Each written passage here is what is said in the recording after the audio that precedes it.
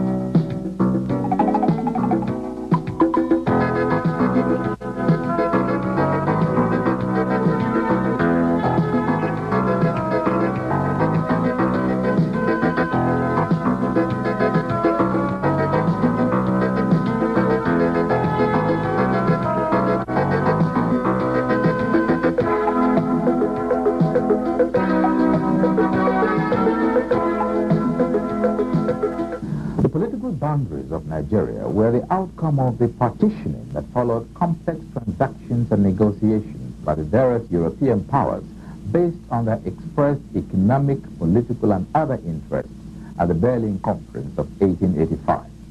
It was that historic event that gave rise to the familiar cliché that Nigeria is an artificial creation. It is not entirely true that Nigeria was an artificial creation.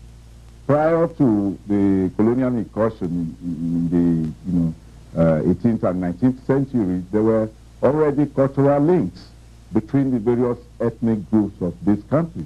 Although there was no political unit as such, these people had connections, they had commercial exchange of goods, they were linguistically similar.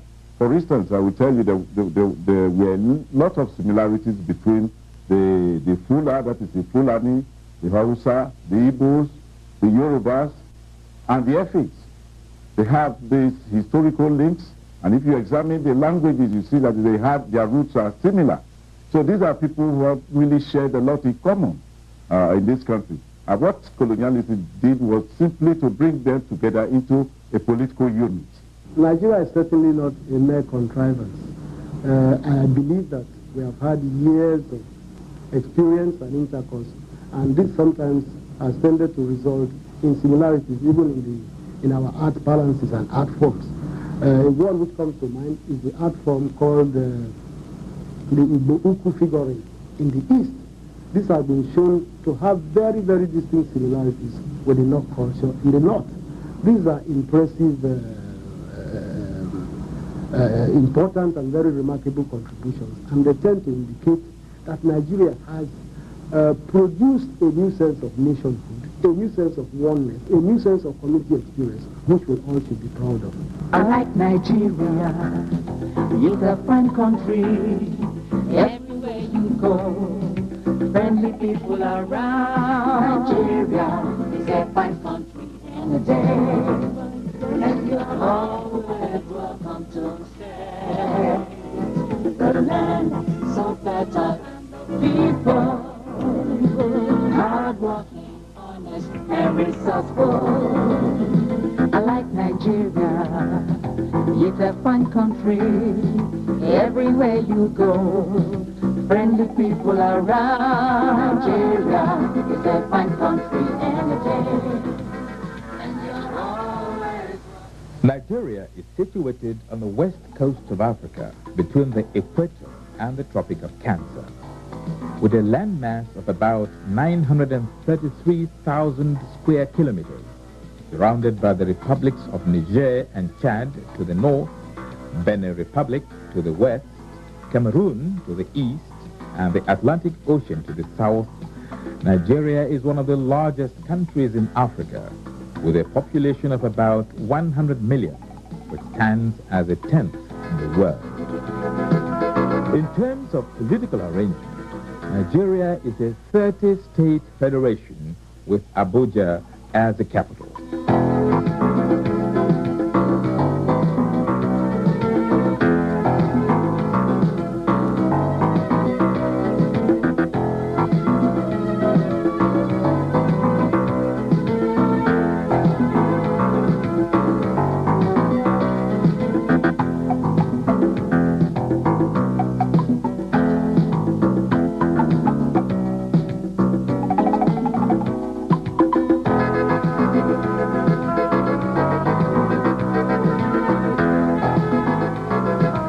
The geographical features of Nigeria are diverse, with vegetation spreading from the swamps and mangrove forests of the coastal areas of the Gulf of Guinea and the dense and evergreen rainforests, through the deciduous and sparse forests and savanna of the Niger-Benue confluence, to the sparse grass and trees of the extreme northern regions of the country.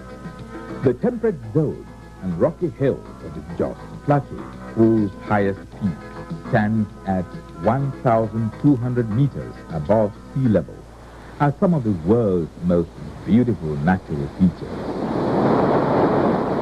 Nigeria is therefore endowed with abundant land and water, enjoying a climate that supports agricultural production all the year round.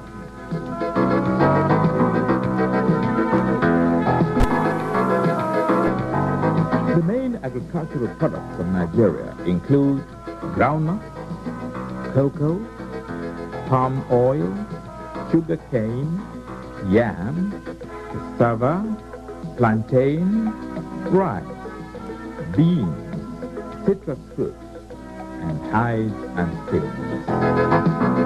Today, Nigeria's agricultural landscape includes apple orchards, fig and strawberry fields. Nigeria even now exports roses to Europe and other parts of the world.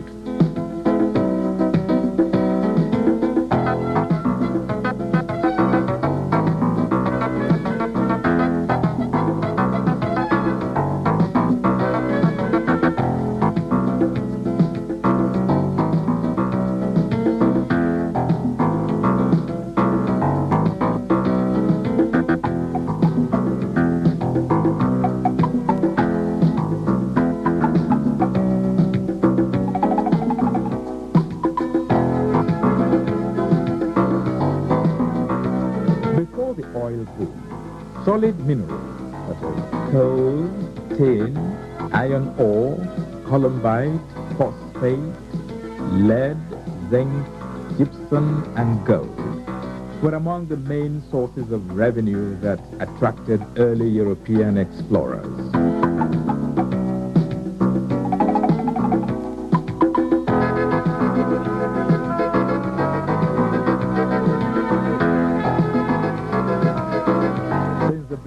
Ethnic groups were merged as a single political entity. The history of Nigeria has been the history of a people determined to secure unity, common purpose, and aspiration. A history marked by the recognition of mutual interests and the rise of nationalism, leading to political independence on October 1, 1960, and Republican status within the Commonwealth in 1963.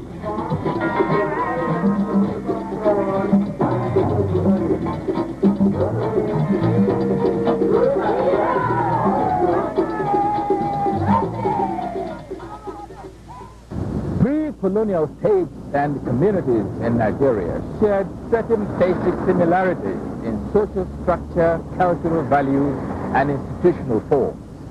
They were characterized by social harmony, relative stability, and a high sense of communal attachment and group loyalty that conferred legitimacy on the system. The Nigerian has always been his brother's keeper.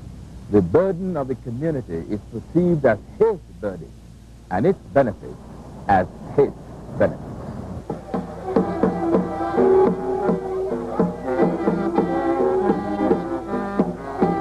Although the existing political institutions before the colonial conquest appeared on the surface to be authoritarian, with rulers who seemed to wield absolute powers, the systems had inbuilt mechanisms for checking the excesses of any ruler.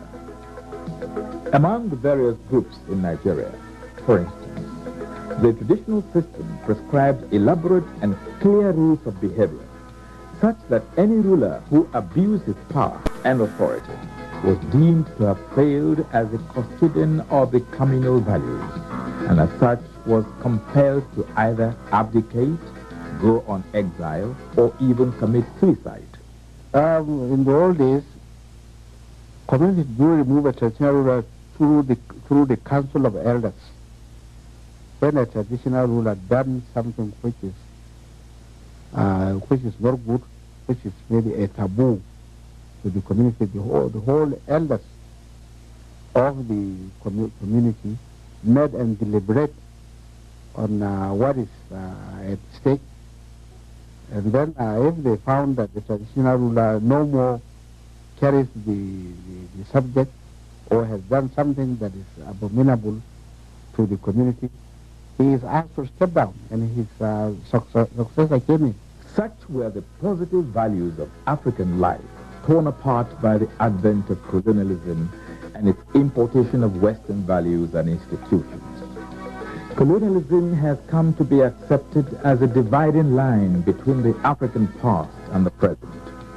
It was an epochal event comparable in the profound changes it brought to the Industrial Revolution in England and the French Revolution. The colonial experience in Nigeria was a clash of cultures that transformed our indigenous social structures, such as the village, community, chieftaincy, and kinship. It brought in foreign structures whose patterns were radically different from those that existed in pre-colonial Nigeria. For example, modern state apparatus like legislatures, law courts, bureaucracy, universities, political parties, and the military, all imported wholesale from Europe.